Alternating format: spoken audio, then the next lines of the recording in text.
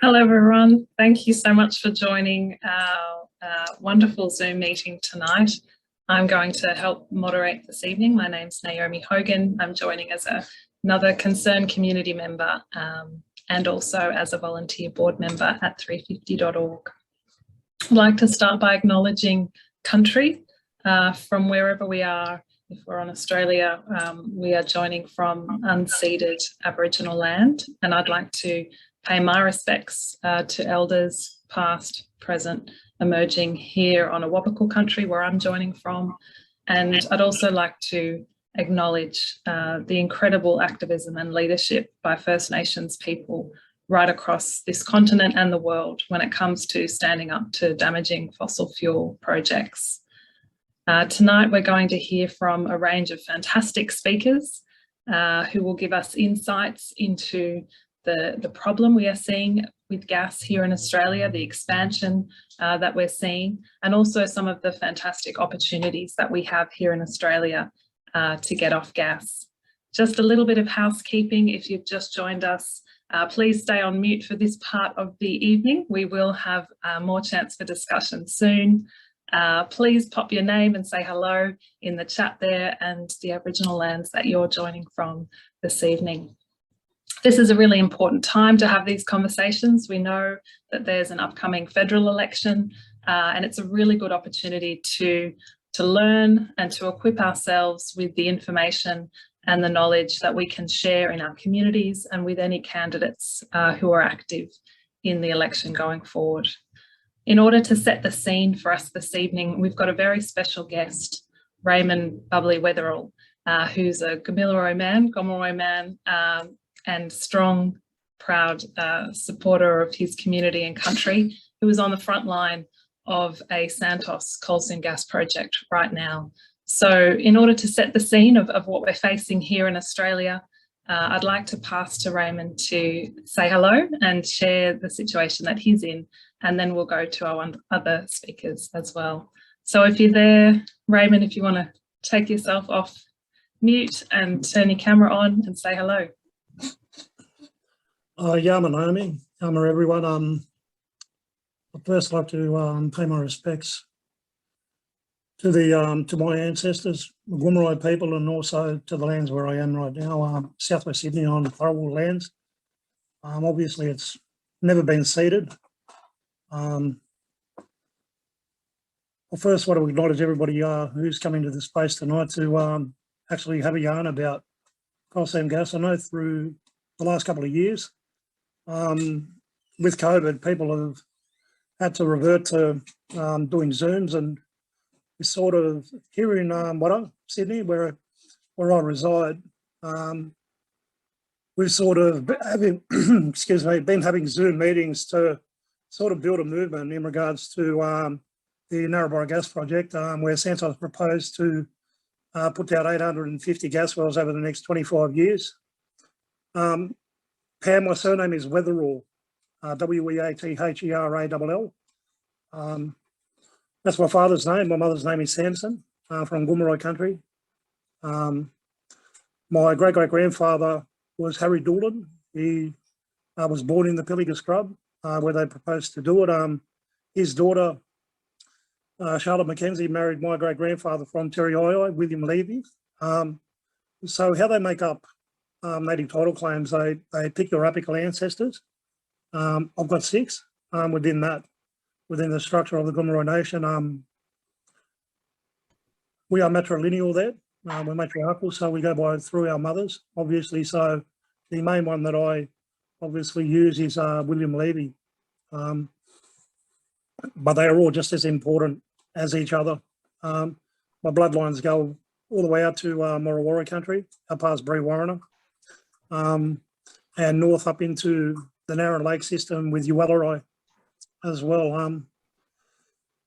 I've been involved in the fight against Santos probably from 2015, 2016. There were a couple of bush camps out there that when they were building Leewood, the water treatment facility, where they're obviously trying to get rid of the toxic water, and that's where they'll sort of have the salt that comes out of there. And I think there's probably about 85 trucks a day that they that will have to do that each time when it's fully operational.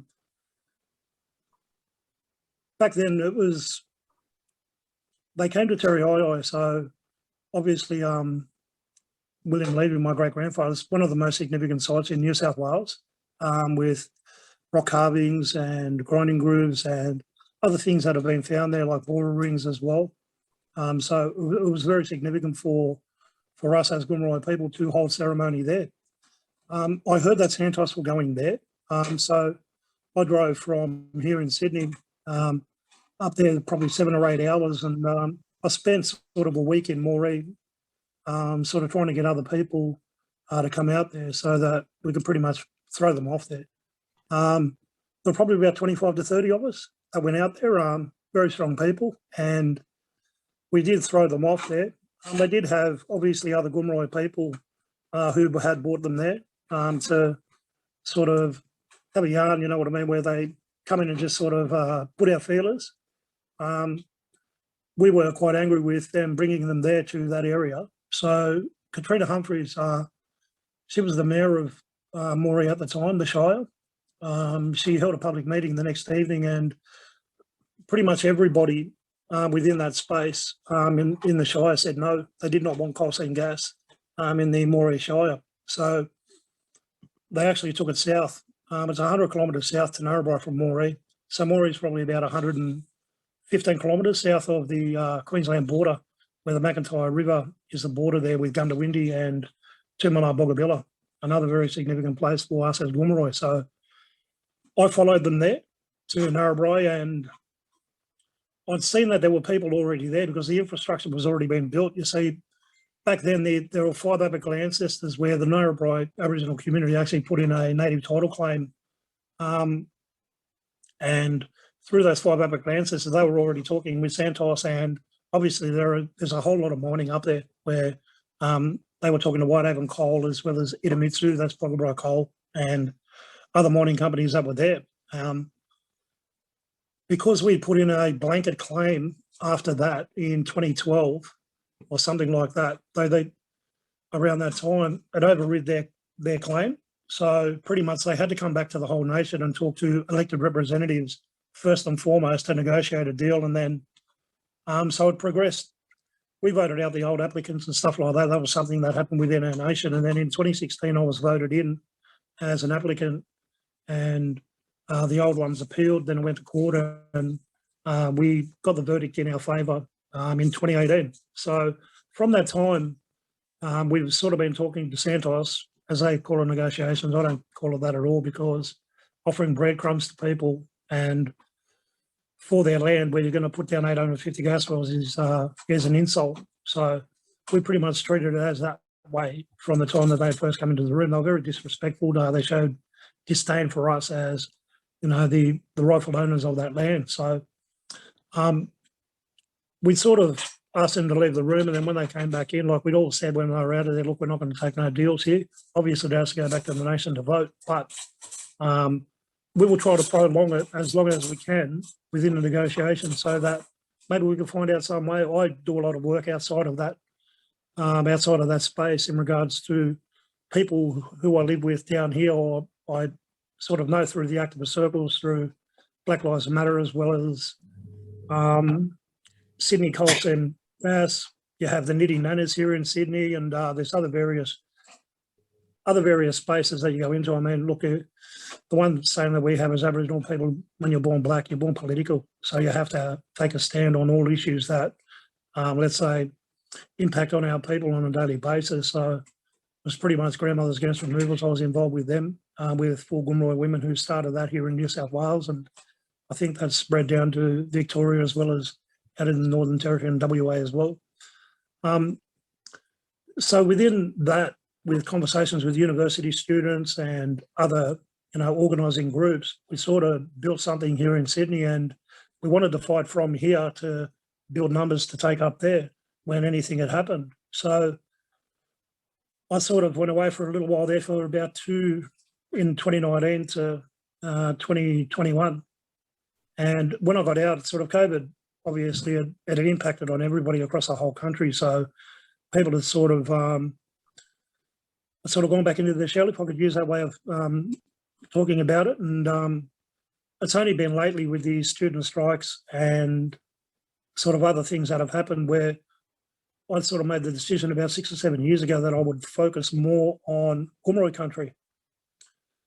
So the one thing that I wanted to do was to try to get mining to stop up there, as well as coal and gas not to go into the country. I mean, we've given approval to 2 solar farms. There's a wind farm that's going to be just north of Willow Tree, near Nundle on the way to Tamworth. So if anybody knows New South Wales, it's sort of, if you're going fully north at Willow Tree, that'll take you up to Moree, or if you keep on going towards Armidale, you go through Tamworth. So it's sort of a high range there with a great dividing range, and they're putting them probably 60 odd wind turbines. So we have approved and done cultural and heritage assessments in regards to renewable energy, but we have about 30 active mines on our country, underground as well as above ground, open cut. So we see us doing the way that the world is going at the moment with climate change. We're sort of, as a nation, voting against Santos 2 weeks ago. We voted 162 to 2 and 4 abstentions against Santos with their agreement with us as Gomeroi. Now, we did not think it was going to go that way. A lot of us who were with the no vote, because there was a lot of talk within that week that sort of people were going to go with them. But I think it was through good conversations that we had outside of the meeting that it sort of swayed people, and getting up within the meeting as well, sort of sharing our thoughts and feelings in regards to the detrimental effect that coal seam gas would have on the Pilliga scrub there. It's a very significant site for Gomeroi people in regards to our dreaming stories and songlines. It's in the middle of our nation, so there was a lot of law and ceremony done there in regards to girls becoming women, as well as boys becoming men. So, and there were 7 ancestral beings that went up out of that into the sky.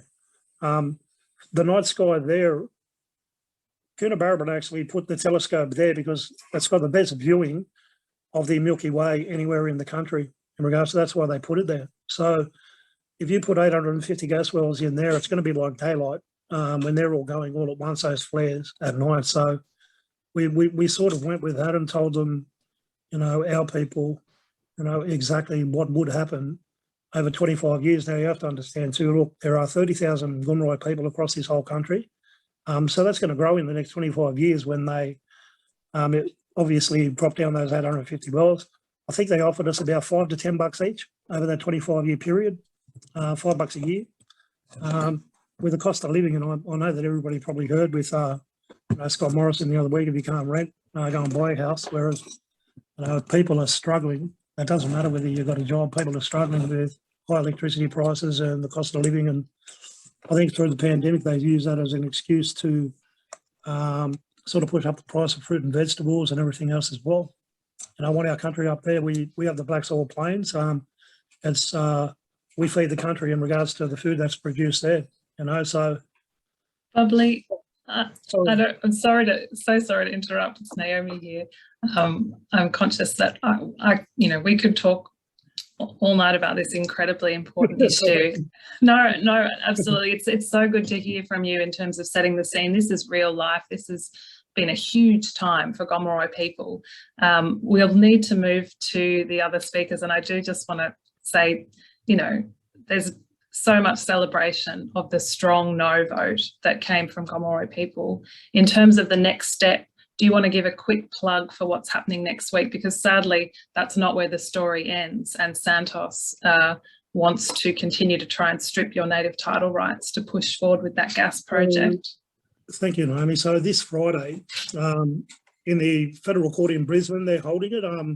The National Native Title Tribunal will sit down and sort of hear both sides of the arguments in regards to whether they approve or they don't. I will tell people that it's probably a 99% rate against Aboriginal people across the whole country in regards to the National Native Title Tribunal, where they go with the proponents on most occasions.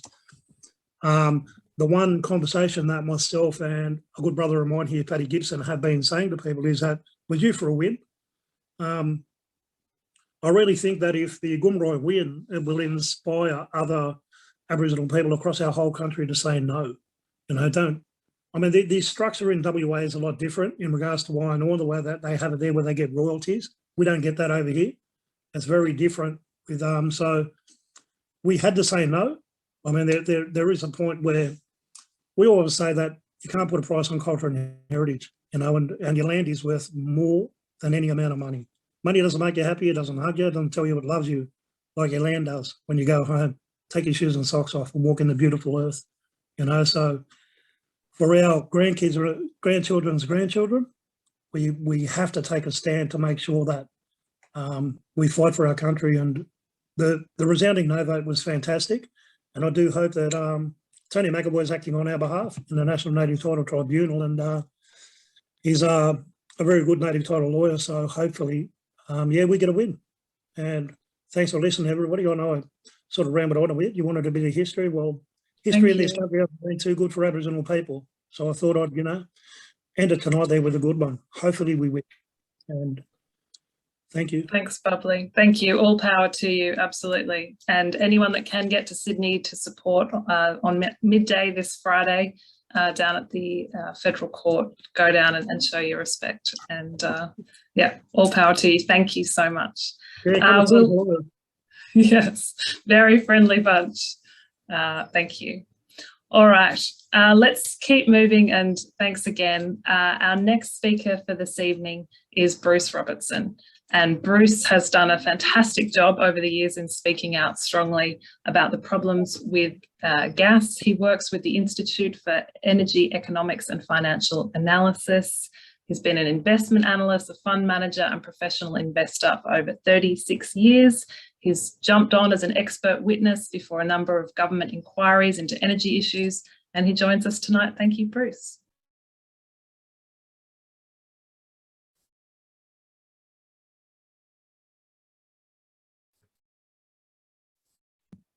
Thank you. I'm just doing the technical thing of sharing my screen. So hopefully you can all see my screen now for my talk. Look, just starting off straight away with the bad news. Globally, methane emissions are growing at the fastest rate in 2021, a COVID recession affected year. They grew at the fastest rate since records began in 1982. Now, why is this important? Well, methane emissions make up around 25% of all greenhouse gas emissions come from methane. And what we're seeing this year is another strong year of growth. Now, I don't need to remind all of you that basically the Paris Agreement means we've got to reduce emissions, not continue to increase them at ever higher rates. Look, the problem we have is the top-down numbers don't match the bottom-up. In other words, that graph I just showed you is just a simple measurement of the amount of methane in the atmosphere. And basically, they have inventories of methane gas that come from each country. And if you add all those up, they don't get anywhere near the big number at the top. In many cases, you know, where methane emissions are estimated, when they actually come to measure them, the figures are out by orders of magnitude. And by that, I mean they're out by 2, 3, 4, 5, 600%. So that's 2, 3, 4, 5, or 6 times what they're meant to be. Recently, a study was done in the US, very recently, in the New Mexico part of the Permian Basin, which is, you know, the biggest onshore gas basin in the US. And that basically showed that the emissions were 6 times as much as the latest estimate from the Environmental Protection Agency. In Australia, there is systemic fraud going on. Basically, in Australia, emissions estimates are taken from Jazeera, the gas industry funded and gas industry controlled arm of the CSIRO. They've measured emissions from Queensland CSG fields from hand-picked wells given to them by Origin. Now, independent measurements have been taken the same basin, the Surat Basin in Queensland. And what it found was that the methane emissions were 2 to 3 times higher than existing inventories for the region. So what we're seeing is the gas industry control the measurement of these these emissions, and where they do, they control them and make sure that the emissions numbers come out far lower than they actually are. And it's not just me saying this. The International Energy Agency has weighed in on this, on the emissions accounting fraud that goes on globally, stating that methane emissions for the energy sector are 70% higher than official figures.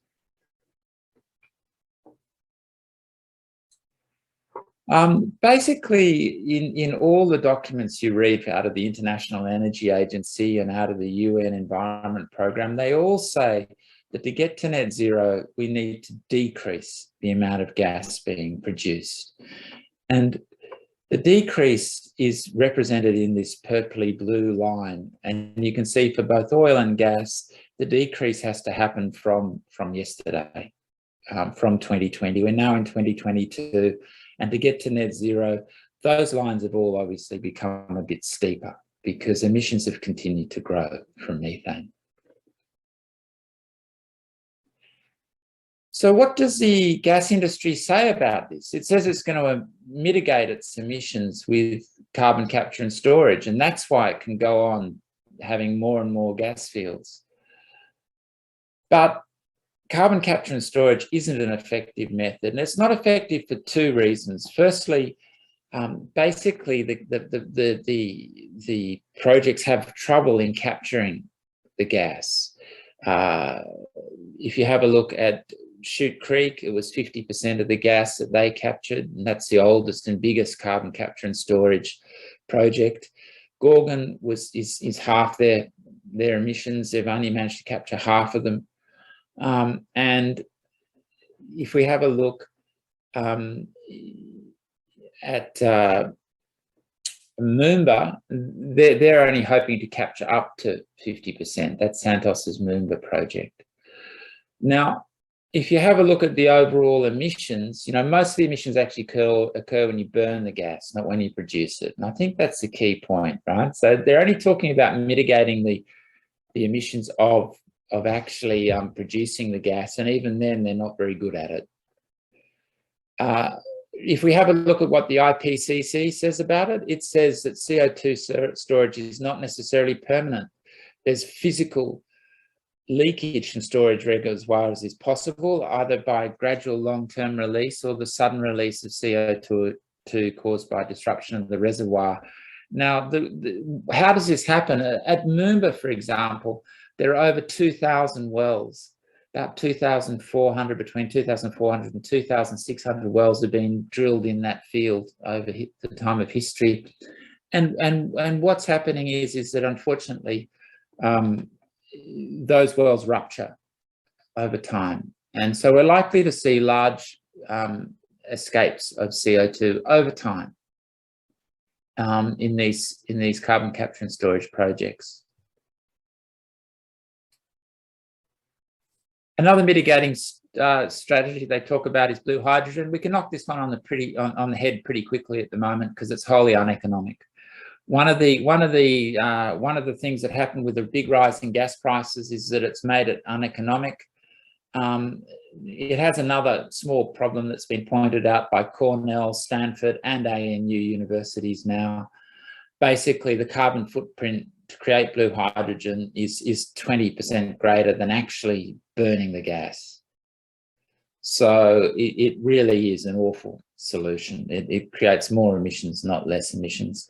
I would add that with carbon capture and storage, 73% of all carbon capture and storage projects are for enhanced oil recovery. So they push the CO2 down an old depleted gas well and get out more oil and gas. So carbon capture and storage is actually an oil and gas production technique. It used to be called enhanced oil recovery, but they've rebranded it now this nice climate-friendly sort of thing, carbon capture and storage. But it is actually just a method of producing more oil and gas. So in the end, it produces more emissions as well. The last one is offsets that have been thoroughly discredited by Professor Andrew McIntosh. He was a former member of the Emissions Reduction Fund Expert Reference Group. So he was actually involved in the creation of these. Carbon offsets in Australia are created by the Emissions Reduction Fund and are called ACCUs, or Australian Carbon Credit Units. Look, basically 70 to 80% of these, tree planting projects and avoided deforestation projects, which is one of my favourites, they actually pay them for farmers not to chop down a tree that exists and then claim the carbon credits on that. I've got no idea how that helps Mother Earth, but anyway, apparently it does, according to these guys. And basically, they don't represent real and additional abatement. They are they're a fraud. Now, moving just very quickly to what's happening around the world. The world's been upended by what's happening in Europe, in a word. The Dutch TTF, which is this exchange that has the European gas prices, it went from under $5 a megawatt hour in mid-2020 and closed yesterday at $110. I mean, it's just insane, the gas prices in Europe at the moment. And what they're doing is they're buying up all the available gas globally. And I think that that's really important to note, because what it's doing is putting tremendous pressure and sustained pressure on the global LNG price. And it's making it unaffordable for other Asian nations. Pakistan and Bangladesh basically are going without gas at the moment.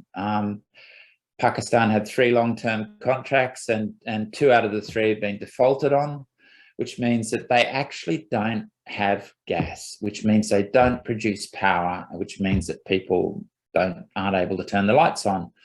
Industry in Pakistan is not able to use the gas because the gas pressure in the pipes is so low because they don't have enough gas. So that's happening in Pakistan. The same thing's happening in Bangladesh, and it's happening right throughout the third world. They can't buy gas at these prices. If we have a look at Japan, they're looking at also decreasing their imports of LNG by 50% in the power sector by 2030 by starting up some of their nuclear power stations. Qatar is looking at a massive expansion of its gas production. And in Australia, we're seeing the continued decline of gas. And this is really important to note. Since 2014 in Australia, we're seeing gas consumption is down 17%. Now it's down 43% in the electricity sector. And that's while renewables have grown to 32% of the system. So we are seeing declines in gas. If we have a look in Asia now, in the first quarter of this year, in the Asia Pacific region, gas is down around 10%, gas consumption, as Europe just basically sucks up all the available free gas. And the money is pouring in to solar, wind and water in Australia. And I think that that will end my talk today on a positive note, because the money is pouring into solar, wind and water, and the only things being built in gas that you can see there, they are all heavily subsidised by the government. Without government money, they definitively would not have been built. And I think that that's a clear message to take away from it. Gas is uneconomic without huge wallops of government money. And that's even gas-fired power stations. So, and I think I'll end on that optimistic note. Thank you. Thank you, Bruce. Good on you. And yes, very important note to end on there, noting that our Australian government is proposing to give billions of dollars to the gas industry in this budget and those to come. So a good one to work to prevent if we can have those conversations. I will move us along now to our next speaker, Saul Griffith. He is an inventor and author of The Big Switch, where he sets out a detailed blueprint to transform our infrastructure, the grid and households. He's worked in the US, where he led projects for agencies, including the National Science Foundation. He was awarded a MacArthur Fellowship for inventions in the service of humanity. He also worked in the US writing energy policy for the Democratic Party's Build Back Better plan. Saul, thanks for joining us. Thank you very much, everyone. I'm also dialing in with COVID tonight.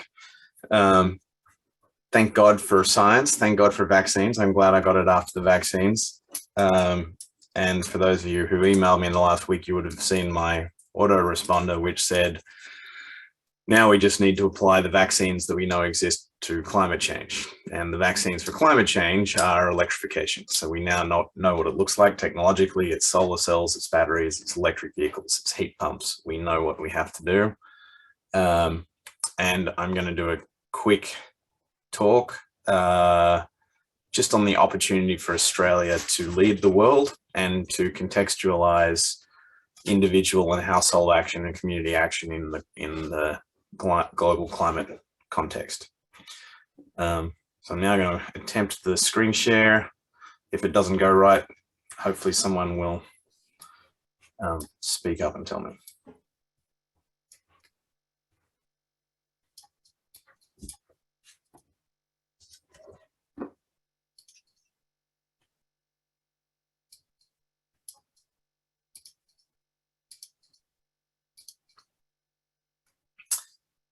So I've recently started an organization in Australia called Rewiring Australia. I also started an organization in America called Rewiring America. The goal is to promote demand-side electrification as well as clean supply of renewable electricity as our chief strategy for solving the majority of our emissions. It's also an optimistic agenda, and honestly, we now have the technology to make this come true. And I'm nicknaming it the abundance agenda. A journalist from the New Yorker actually applied that to me, and I'm now going to own it. So we can rewire Australia, eliminate all of our climate emissions. We can create enormous number of jobs in our communities. We can revitalize community economics in a really interesting way, because buying fossil fuels is a fast way for money to leave your community and support someone else elsewhere. And it's going to save money for households. So firstly, though, quickly, everyone heard the IPCC report came out today. Let's put what really has to happen in the context of that. So these are the 4 pathways in P1, P2, P3, P4 that are often touted in the IPCC reports. We now know fast and early emissions reductions are vital, because the gray line is actually models in capturing 20 gigatons a year of carbon dioxide by 2100. That is equivalent to burying as much CO2 in twice as much CO2 in 2100 as we currently pull out of the ground in fossil fuels today. About 10 gigatons a year of fossil fuels are pulled out of the ground. So it is highly imaginative, to say the least, to think that we're going to put twice as much shit back in the ground as we currently pull out of the ground. So we really need us to emphasize we can't take these negative emission scenarios seriously. We need to stay on these fast early emissions reductions. Now, I think we've had the lack of concrete action for what people need to know they have to fight for and what they have to do. So you can now actually look at, because the timeframes are relevant, we need to do close to 75% emission reductions by 2040. Honestly, we know how to do about 75% emissions reductions. They're the energy sector ones that can be solved with electrification. We don't yet have technology answers for the remainder in industry and cement in agriculture, for example. So we need to prioritize these ones early.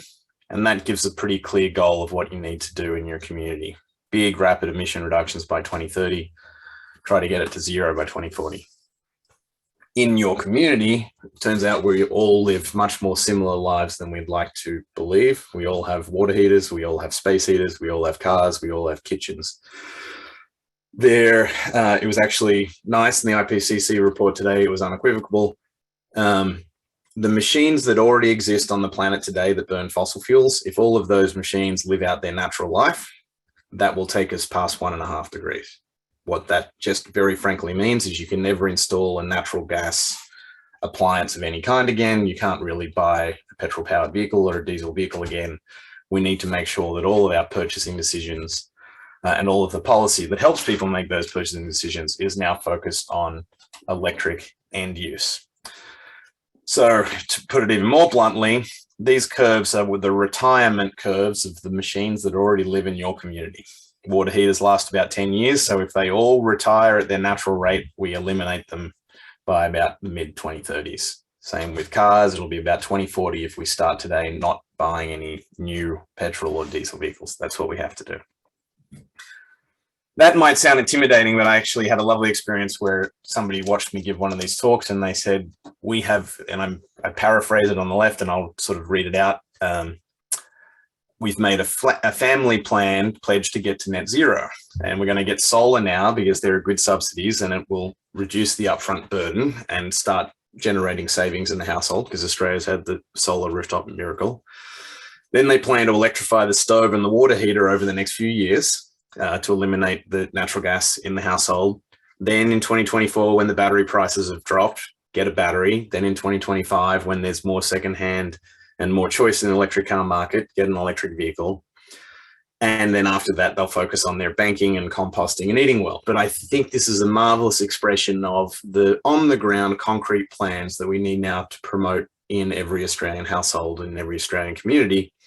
And it makes it sound much more achievable when you're planning this the same way you would plan for your retirement than I think what people hear when you say, oh, we have to decarbonize now. They mean, they hear you say, oh my God, I have to do it tomorrow. And then everyone thinks, well, I don't have enough money for the solar tomorrow and the electric vehicle tomorrow. And we go to a place of guilt and we shut down, where I think this is a nice place to say, we can plan this out. We can hit our climate targets sanely.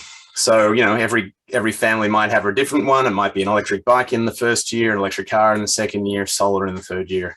There'll be a lot of different plans within the community, hopefully like this. And this is how collectively we can hit our climate targets. You might wonder why I'm focusing on this. I think the Australian progress on Australian emissions reduction has been handicapped because we've allowed the conversation to be dominated by fear of what we have to lose, which is our exports and our export industries. But what we actually know we can do now are these green things. Those household emissions we've just talked about, and our commercial sector, which is largely the same. It's heat for buildings and and petrol and diesel for commercial vehicles. Those are the things we can do now. The technologies exist and they are starting to be economic on the back of our rooftop solar miracle. So we have to do that as soon as possible. Manufacturing, construction, agriculture, we have technologies under development to address those sectors. And then we just have to get to the blunt fact that all of the rest of Australian emissions are either because we are exporting fossil fuels or the energy used. The diesel, you can see that up there, the fuel combustion, the diesel required to mine and put all that coal on rail. And you can see the fugitive emissions there that I absolutely agree with Bruce. The world is underreporting by many multiples. But we just have to grapple with changing our export industries to green metals as opposed to be exporting these filthy rocks. So let's return to the community plan. I'm really excited actually that Australia has the opportunity to lead the world. So we are the luckiest country. We have phenomenal renewables that are cheaper than fossil fuels in every market, as Bruce also showed in his last optimistic slide. We have a mild climate, which makes heat pumps highly effective here. We've already had the solar miracle, which has given at least 30% of Australian households a positive experience of what the future looks like. So we now can focus on the 42% of our domestic emissions that come from decisions made around the kitchen table on the back of those advantages, what fuels our cars, what heats our home, where our electricity comes from. So we've got to eliminate the natural gas, we've got to eliminate the petrol, diesel, and we've got to switch out these machines as they retire that currently use gas or oil to electric machines. Unfortunately, that's not the entire answer because currently the majority, this is New South Wales, the majority of our Electricity still comes from coal in New South Wales, in spite of the optimistic forecast Bruce has. We have to clean this up. And so here's the simple recipe. Achieving zero emissions requires electrifying the demand side machines and supplying with clean electricity. It's actually a shorter list than you might think. It is about electrifying your water heater, electrifying your space heater, most likely with what you might know as a mini split or a heat pump, electrify your cooking, put the solar on the roof, upgrade this main panel here, put a battery on the side of the house, electrify your vehicles as they retire, and hook it up to clean electricity from the grid. So there's the clean electricity. We need solar, wind, and hydro exactly to Bruce's spec. This is the simple mantra. So we need to demand of our politicians that they support this as a plan for the country and stop distracting us with things that we know won't work, CCS, hydrogen, etc. Here's the good news and why I actually moved back to Australia to focus on this. I'd like Australia to run the world's first pilot that proves this is economic, because it will be cheaper here sooner than it will anywhere in the world. One of the things that it's going to do, one of the ways it does that is because these electric machines are so much more efficient. If you have an electric Ford Ranger on the right instead of a petrol one on the left, it'll use less than 1/3 of the energy to drive a kilometre. Same with your hot water heater. Heat pump hot water heater in Australia will use 1/3 or 1/4 of the energy of the natural gas machine on the left. There's still tragic, high efficiency natural gas hot waters being sold as good policy, both in the US and Australia. We just have to call that out as bullshit and say we need to move completely to electric. There's very limited, that middle bar is the very limited win you get by a more efficient natural gas. We just need to go straight to clean electrified things. Same with your heating systems, about 1/3 or 1/4 of the energy to heat your home with electricity just through heat pumps. And even your cooking will be about 1/2 or 1/3 of the energy when you move to electric induction away from gas. The biggest efficiency of all, though, is in cleaning up the grid. We currently sense 2/3 to 3/4 of the energy that goes into the coal plant leaves as waste heat. When we generate that electricity instead with solar and wind and hydro, we don't generate all of that waste heat. And that isn't, and again, that's why Australia could do all of the economic activity we have at much less than 1/2 of the primary energy input to the system. When you do all of those things that we just mentioned, this amazing little picture on the left emerges. The average Australian household today uses 100 kilowatt hours a day of energy. The orange is the stuff that's lost in generating our electricity. The two grey there are our petrol and diesel per household, and the rest is our natural gas in purple there and our electricity at the bottom. When we electrify everything, we'll need about 37 kilowatt hours per day per household without having to drastically change the format of our world. That's about 250 to 300% the amount of electricity we do today. So we now know how much we need to increase the supply to make up for the electrification of our demand side machinery. The economics of this transition are really good. I'm going to go really quickly now so we can do more in the question times. Average Australian household today, it's on everyone's mind, cost of living. We're spending about $5,000 a year of the $80,000 that the average household spends on energy. That likely will go up to about $7,000, at least in the short run, with the increase in petrol and oil and natural gas prices. Whereas, and this most drastically affects the lowest income. So for the highest income houses, it's about 5% of your weekly spend. For the lowest two tiers, it's 7 or 8% of your weekly spend. So it's a significant distress. We know, however, that this is the good news about what's happening in the world. Every time we double the amount of solar we produce in the world, its cost lowers by 20%. Every time we double the number of batteries, it lowers cost by about 20%. Up here, wind turbines, every time we double them out, lowers the cost by about 14%. We need 3 or 4 doublings each. So we need 10 to 15 times as much solar, 10 to 15 times as much wind, 10 to 15 times as much battery. That means all of these things are going to fall in price by more than half over the next decade as we go through this energy transition. You can actually model this out, and this modeling uses economic models from, for example, Bloomberg New Energies and Lazard's, among others. We can take that existing average Australian household, 2021 might be spending $5,200 a year. In fact, in 2022, because of the increase, that was modeled with $1.48 a litre. Remember those good old days, petrol, $7,000 a year at $2.10. So that's expensive. If you had to buy all of the electric equipment to electrify your household today, and you had to finance it, you can see that the energy cost is very low because of those efficient electric machines and the low cost of our rooftop solar and our cheap electricity here. But the financing cost for those 1.8 new electric cars, the financing cost of the battery, the solar, kills the economics. But the costs are falling so rapidly, and in fact, they predict in 2025 the cost of an electric vehicle in America, probably that means 2026 in Australia, will be equal or below that of the cost of the petrol equivalent.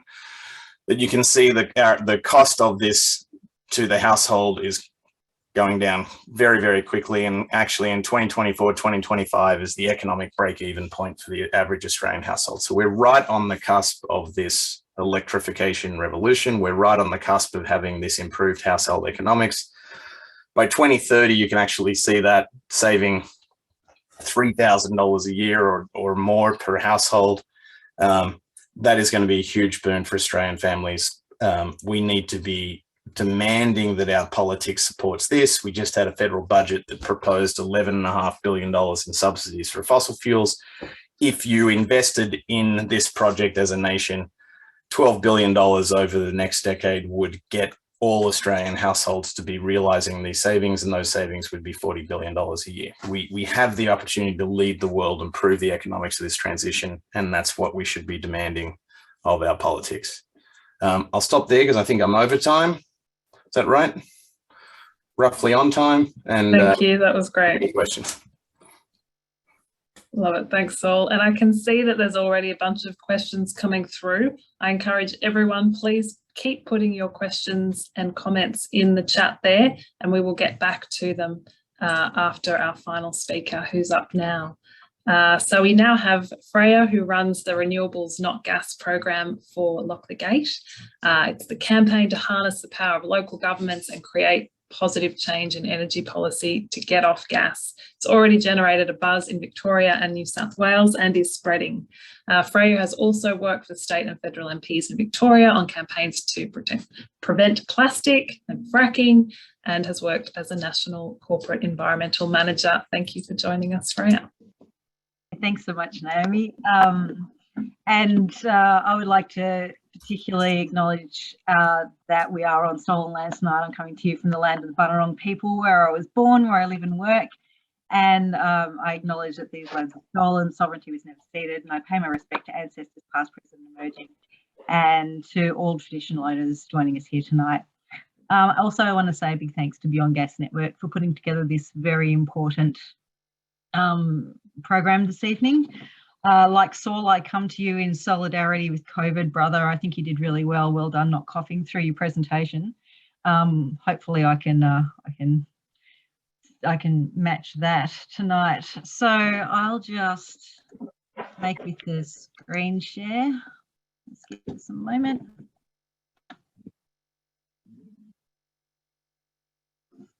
Rightio.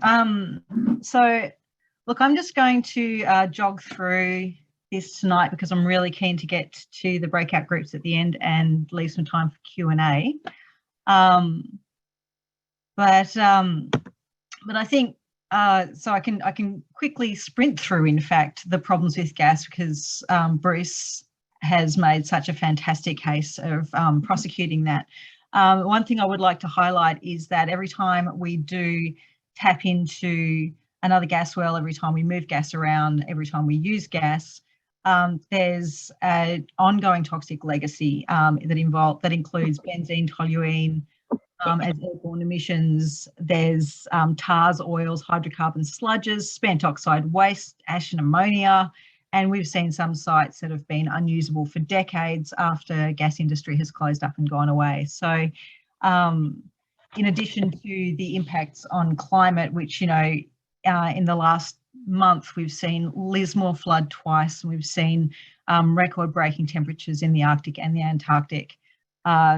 Dangerous climate change is already here, and we don't have any time left to pontificate.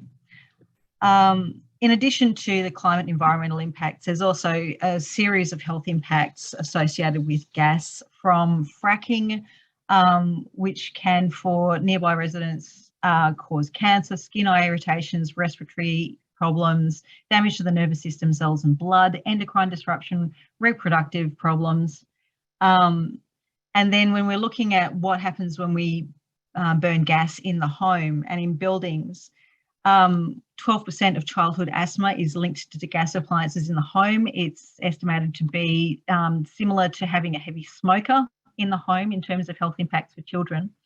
Can also cause migraines, fatigue, skin conditions, cancer, immunity conditions, reproductive health, infant mortality, congenital birth defects, low birth weight, preterm birth.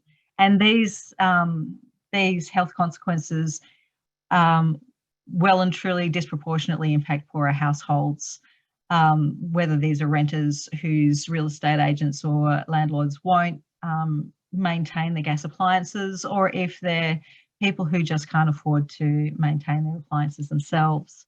In addition to that, we've also got the human health ramifications of climate change, which are already starting to be felt, particularly in the flood-affected areas of Australia right now, as well as people who have survived the fires a couple of years ago. Yeah, so for health reasons, we can't afford gas, but we can't afford it economically. And I think that Bruce has put a really sort of strong argument there, as well as Saul. So I won't spend too much time on that, but I think that it is worth noting that the gas industry is basically a parasite on the public purse. They suck so much money out of federal coffers, and they give so little back in royalties or tax that it is economically true that we can't afford the gas industry in any way, shape or form. And particularly we're finding now that more and more households are defaulting on their gas bills, and we're seeing disconnections escalating through non-payment of gas bills. People just can't afford it. On the East Coast gas market in the last 6 months, I think it is, our gas bills just saw a 25% increase. So there's no economic argument for it, either at a federal level or at the household level. And what about jobs? You know, these, if you're looking at this chart now, this is actually now out of date, that ABS hasn't updated their statistics. In terms of jobs and growth, it's just not there in the gas industry. Since these figures were released by the Bureau of Statistics, we've seen the oil and gas industry lose jobs by 10% at a time when renewables have been seeing a remarkable uptake. So we can only imagine that the updated statistics are going to be even more stark in terms of the difference in employment between renewables and the gas and oil sector.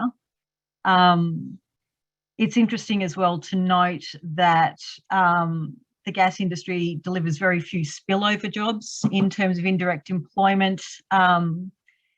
We've seen research that the economic impacts of CSG in the Surat Basin have shown that non-mining spillover employment has been negligible in local retail and manufacturing, and at the same time, there's been 18 jobs lost in agriculture for every 10 jobs that have been created in that area by CSG.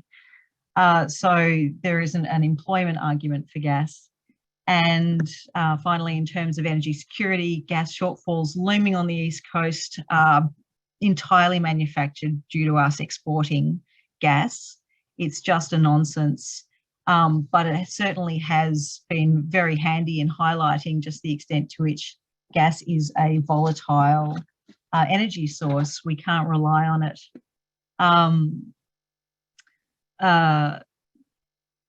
Centralised energy networks like gas distribution networks are hopelessly inefficient. They're constantly leaking. They're vulnerable to national disasters and terrorist attack sabotage. And something that we don't really look at very often in Australia is the extent to which gas companies and facilities are owned by foreign state or private owned interests. So how does this happen? And how is it that we are throwing money hand over fist at the gas industry? And it's pretty straightforward. It's donations by fossil fuel companies writing federal policy. In the 2020 financial year, we saw $1.35 million come into LNP and ALP coffers from fossil fuel industry, and we saw $10.3 billion go out to them in subsidies.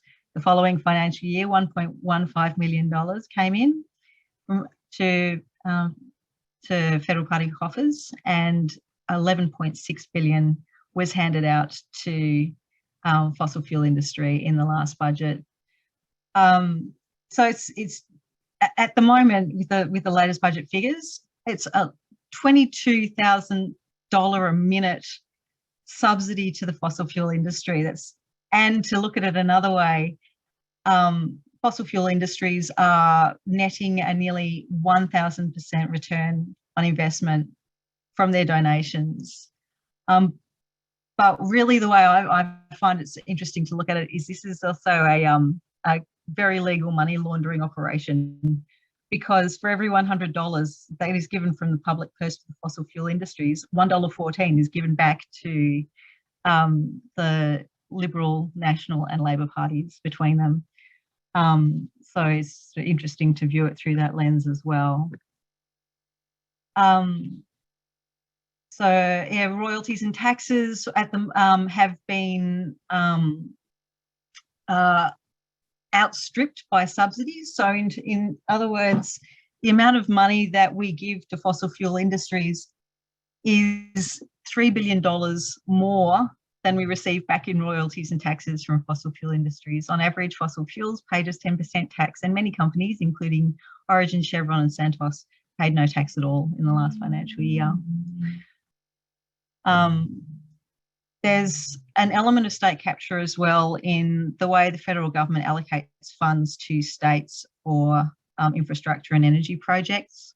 We saw in 2020 that the Victorian government was still maintaining a moratorium on onshore gas, and the federal government basically said, if you don't open up onshore gas, we're not going to give you any money for major energy projects.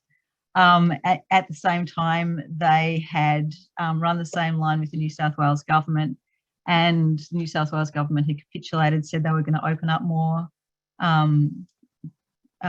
gas fields, and we saw a $3 million allocation of funds to the New South Wales government. So it really is just that straightforward. We see the fossil fuel companies making significant donations to the federal government. We see the federal government writing the policy that the fossil fuel industry wants to see, and then we see this sort of knock-on effect onto the state governments as well from the federal government. We also see things like, as I saw in the chat earlier and have seen before, Santos logos appearing on police cars. It's really just a matter of time before we realise that the gas industry is a parasite on politics, and it's up to us this election to determine whether or not that parasite is going to kill off its host. There are a number of new gas projects nationally. This is by no means extensive, but it's again a quick jog through. So we've got the Beetaloo Basin being opened up for 4,500 gas wells by 2040, and that's a project that's being run with Santos, Tamboran, Origin, Falcon Oil and Gas and Empire Energy. Santos are also wanting to drill in near the Tiwi Islands in the Barossa Basin. We've got 40,000 wells slated for the Canning Basin in Kimberley. The opening up of the Channel Country, some more by Origin Energy. Just those three projects alone, the emissions represented by those projects equals the 2019 emissions by the entire United Kingdom. So we really can't afford it. And I want to make it plain that over the next 3 years, 2025 is, we need to have cut our emissions so significantly by 2025 that that there's no way we're going to be able to achieve it with business as usual. This coming term of Parliament, federal Parliament, is going to be critical in the fight for climate change. So what are we going to do about it? There's a couple of things to remember about campaigning at election time, particularly if you are part of a registered charity. So if you are, charities are allowed to engage in advocacy or campaigning as long as their efforts further their stated purpose and what they were set up to achieve, and as long as those activities are allowed in their constitution. Also, any advocacy or campaigning that charities conduct must not have a purpose to promote or oppose a political party or a candidate for political office, engage in or promote activities that are unlawful, or engage in or promote activities that are contrary to public policy. This last one is a concern because that can basically mean speaking out against public policy. So you do have to be really careful if you are part of a registered charity, how you speak about truth to power and how you campaign. And we saw a really strong example of that. I don't know if anyone's seen the bin stickers that have been popping up on wheelie bins around Australia. They were put out by the Smart Energy Council.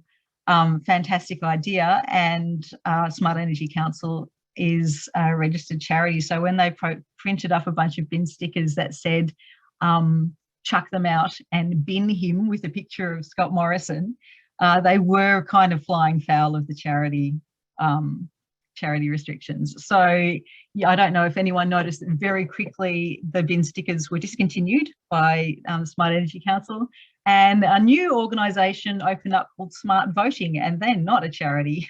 So they're able to produce these bin stickers all they like without having to worry about running foul of their charity status.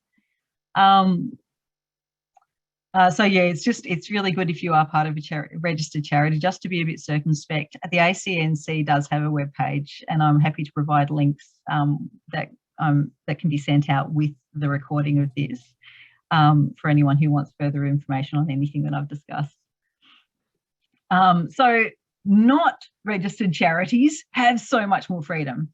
Having said that, please make sure that all of your electoral communications meet the legal authorisation required for election period materials.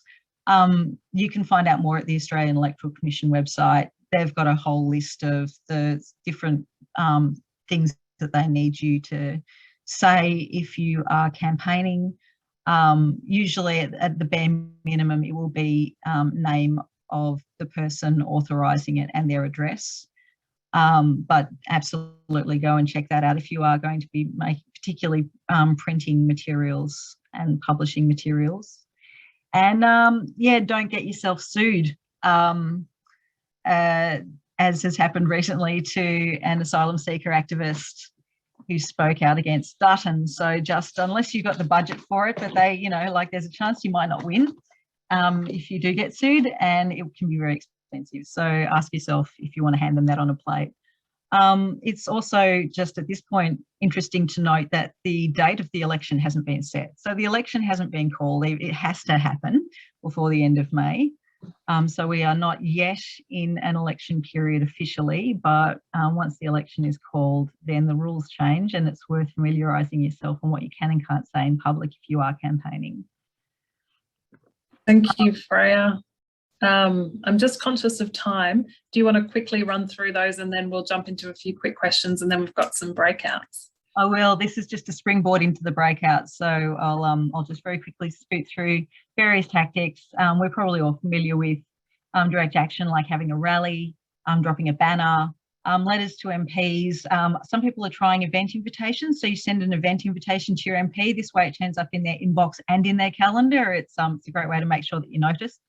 Sending issue surveys to candidates, asking them how they would support certain policy areas and initiatives. Of course, there's always advertising, meet the candidates fora, social media and mainstream media messaging, and always letters to the editor and comments under online articles.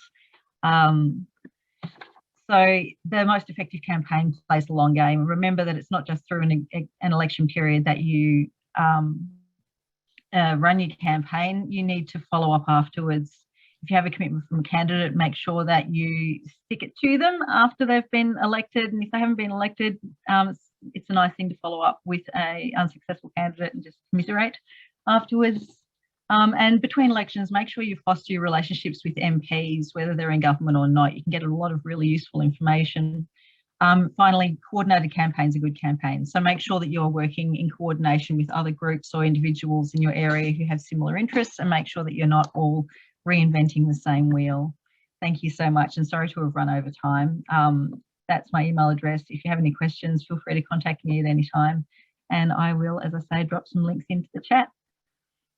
So good. Thank you, Freya. That was a great closer as well in terms of where we head next. A few quick questions. There was so much good chatter in the chat. Please do keep asking and answering questions. We're just going to have a couple of minutes on questions, and then we're going to go into the breakout rooms. There was one for you, Saul, that I saw a few people asking around getting the politicians involved, getting policies that can help renters and low-income families and small businesses to be able to make those upfront investments in their plan. And also an issue of where, and I don't know who can talk to this, in South Australia and around Australia, where it's compulsory to connect the gas infrastructure, particularly for new homes. If you've got some comments on that. Well, fossil fuels has had about 100 years to write the rules of the road, and those rules of the road are written into federal politics. And I think Freja gave us a good summary of some of the darker side of how they've corrupted that. They've written the rules of our energy networks. They've written our building codes and our zoning codes. Honestly, an unbelievably important piece of work to do, even if, you know, it's unclear who should win the election, because it's unclear that we have an opposition worth, you know, who really is going to do all the work required. But the work, you know, let's assume that we have a fabulous set of independents holding the balance of power, and we're rolling up our sleeves and getting to work. One of the pieces of, and I'm just going to say all of the things I'm not allowed to say all the way through the election, including defaming Angus fucking Taylor, and I don't give a fuck. And don't be scared. The reality is we need to go and fix all of those regulations. Otherwise, the cost savings won't be realized by the Australian public. You still have a disconnection fee, for example, where I live, when you use your last natural gas that is grandfathered in, even though I didn't buy the natural gas connection to the house when I bought the house. It came with it. So we have to get rid of all of those pieces. We have to change the rules of the NEM. And we have to stop all the subsidies. So there's a huge amount of work. As to how do we help people afford it, I think the states are sort of on the right track. It's just not quite enough yet. So ACT is now subsidizing electric vehicles. A number of states are offering rebates and subsidies for heat pumps and electric water heaters. And there's obviously still the government subsidy for rooftop solar, which is an Australian success story. We need to continue and double down on those things. It would be fabulous if every dollar being spent on fuel excise rebates was being spent on electric vehicle rebates, for example. So we need to fight for that. And really, and the question I'm sure a lot of the people were asking is, we have to make sure that this is going to end up being a credit issue. So the top 10 or 20% of households, if they can afford a foreign import luxury car, they can already afford all the solutions. They're just not doing it. So for them, it's just like rearrange your morals. For the people in the middle who are on a mortgage, they'll probably be able to finance most of these things against a mortgage. But the bottom 30, 40% of households are really going to struggle. Renters are going to struggle to realize the savings. We need active policy interventions there to make sure that they can afford it. If we don't, this will be the cultural wedge that will be driven on this issue. That is already a tactic being deployed in Australia. It's being deployed even to worse effect in the US. I don't have clean, concise answers for exactly what that policy needs to look like, but we need to be out there fighting for it and agitating any of our newly elected representatives to make sure that we are meeting the needs of all Australians. Can I just jump in and say absolutely that transition equity is a critical issue, and it's something that's been recognised by the Victorian government in the Victorian gas substitution roadmap. So that's heartening, at least, because the truth is that the last people left on the network are going to be covering the cost of the whole network, and it's simply not fair if that's the poorest people in our community. So absolutely, transition equity is something that needs a task force. It needs to be managed at all levels of government. Thank you. Really appreciate those responses. And yeah, it's clear there's lots of positive policy work to be done in Australia, and that is going to require people power to demand it. And that's where we all come in.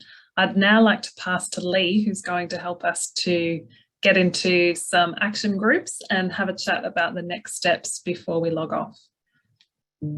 Thanks, Naomi. I am just pinging in the chat to all of the group facilitators the guide again, and we're running very short of time. So what I'm here to tell the facilitators is just concentrate on doing the questions. And for everybody, what we want out of this section is to get what is really the nub of what we need to do in the election campaign, which is to ask candidates, and I'm guessing particularly non-coalition candidates, the tough questions about gas, and to get them spruced up. And for the coalition candidates in forums and things like that, we need to make it clear to everybody there that the coalition's gas plans are outrageous and that we need to hold them to account. By asking the questions that we know it'll be difficult for them to answer, and to get the truth out of them as much as we possibly can, and try to avoid the spin and lies that we're getting consistently from the coalition. That's our job in this section, which will be short. Our job is just to get those questions up. We're getting them in each group, and then we're getting the best ones in the chat at the end, and we're going to put them together in the Beyond Gas network, and then we can get them out to everybody to assist you in putting them to candidates. So what's going to happen now is we're going to be divided up into groups of about 7. Each group will have a group leader facilitated with it. And just a word to those people, when you first get into the groups, it'll take just a couple of minutes, maybe 1 minute, to get all the information to you. So just bear with it for that minute, and then you should be good to go. Graham, I can answer your question. Who makes the rules to mandate gas connections in new developments? That's a state government thing. That's the planning minister specifically who has that power. And at the moment, there's a number of local governments. This is a campaign I've been working on. A number of local governments who are attempting to mandate all electric buildings, renewably powered electric buildings, which means no more gas connections for any new buildings at all, whether it's homes or businesses.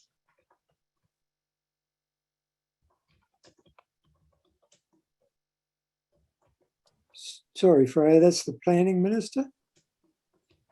Yes, it is. That's right. Yeah. Thank you. Thank you. So are you in Victoria, Graham? No, I'm not, but someone else in our group asked that, so. Yeah, okay. Whereabouts are you located at? South Australia, Adelaide. South Australia, yeah, okay. Yeah.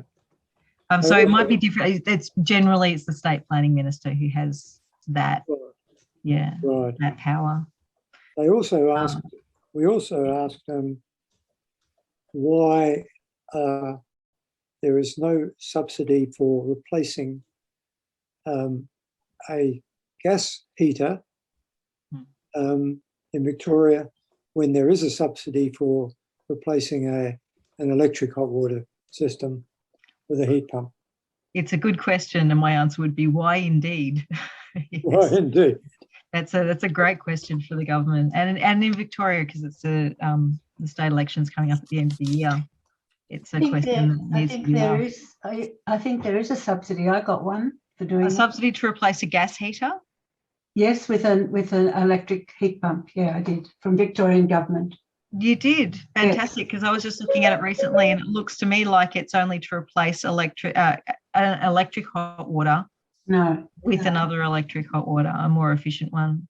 Right. Yeah, I agree with Meredith. You can get a free one if it's replacing an old electric, but you can get a heavily subsidised one if you're replacing a gas with electric. There we go. Yeah. There we go. Well, then, can I just mention that I think we must have missed out because we've just replaced our solar system with a heat pump and we did not get anything from the state government. We only got $1,000 from the federal government.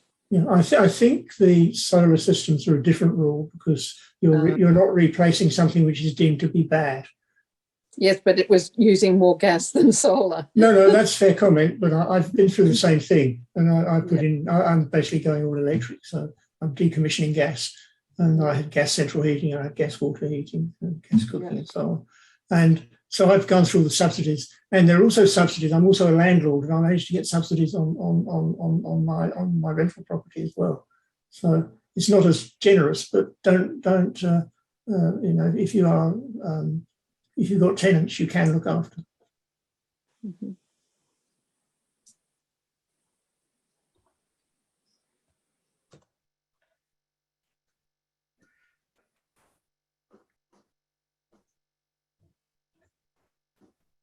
Some great questions coming through.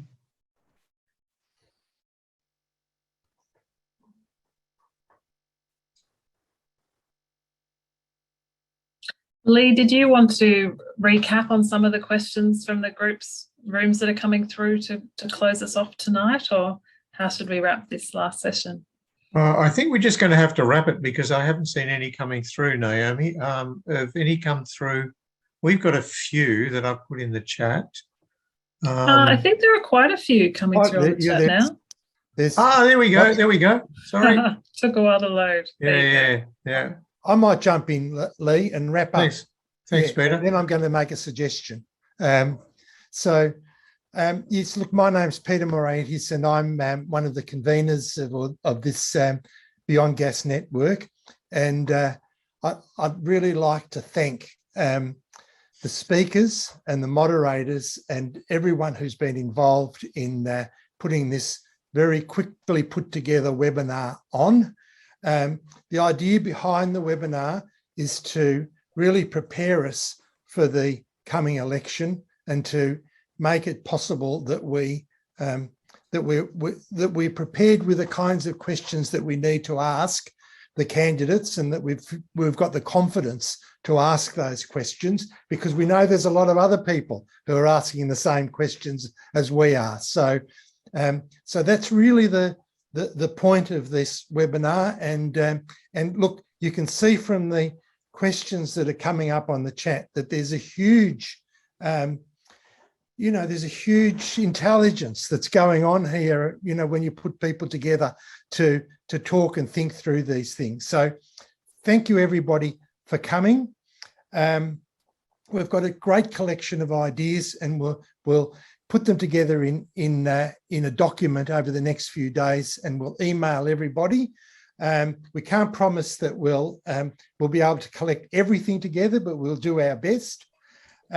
I've said thank you to the speakers, and I just should say that our Beyond Gas network is a completely voluntary network of climate action groups, and anyone who wants to join is more than welcome, and we hope that you do so. So thank you very much. The last thing I want to say is we'll keep the line open, we'll keep the chat open, but we'll just formally finish the meeting now, but we'll stay open for another 15 or so minutes just to continue the conversation. So thank you, and good night if you want to go, but feel free to just stay and chat away.